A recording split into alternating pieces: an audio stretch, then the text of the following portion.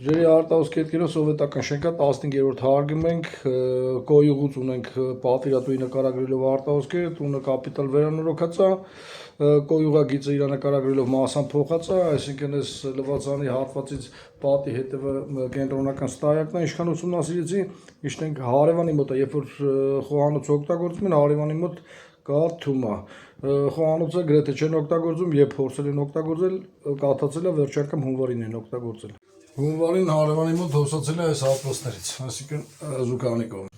Մինչև այս հատվածը մոտավորապես մի մետրի չափ, այսինքն պլաստմասի խողովակը մտնում է ճուգունի տրուբայի մեջ, հետո խցանումը սկսվում է դրանից հետո մի 10 սանտիմետր ու խիստ խցանված է այն կարգի, որ տեսադիտարկելը ավելի խորը չի ստացվում, պետք է ինչ-որ մի ձևով փորձենք հիմա այս խցանումը բացենք։ Հիդրոդինամիկ կերպով չեմ կարող լվամ, որովհետև մի անգամից հարևանի տունը հոսում, հեսա հասկանաք ինչ ենք անում։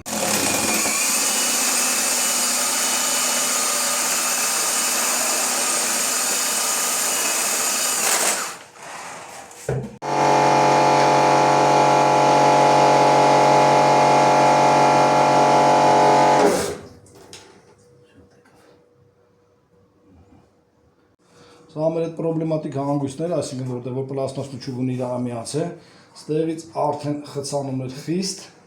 հիմա ամենը լավ ստացվել է, հիդրոդինամիկայով լվացվել է,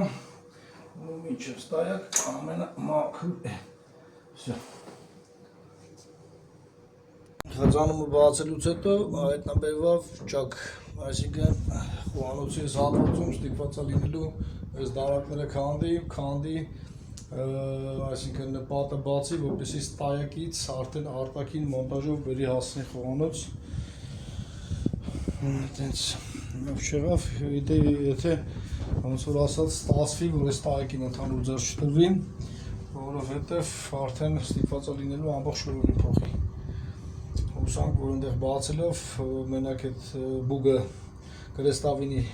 ջարդված կլինի,